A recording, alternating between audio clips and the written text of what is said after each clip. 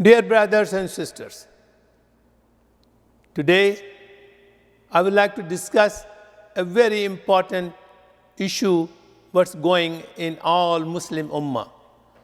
Our rich and politicians, they always take loans from the banks and the governments, and they try not to pay, or they try to delay in the payments and even try to get this return of these loans.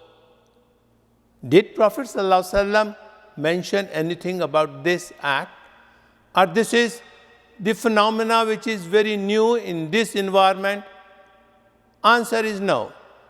Prophet ﷺ stated very clearly in Bukhari Hadith in 2400, Prophet ﷺ said, whosoever takes a loan and try to delay in the payment, even though if he is rich and wealthy, that means he is committing injustice.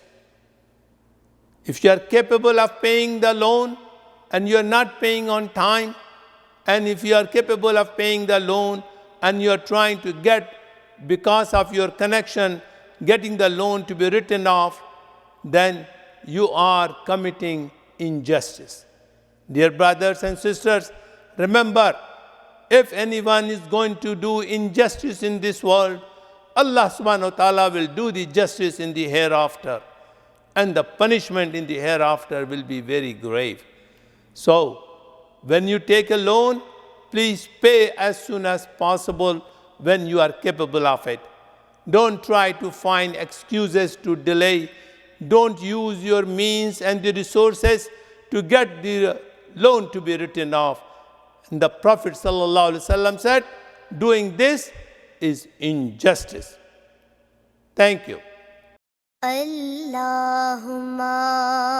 salli ala Sayyidina Muhammadin wa ala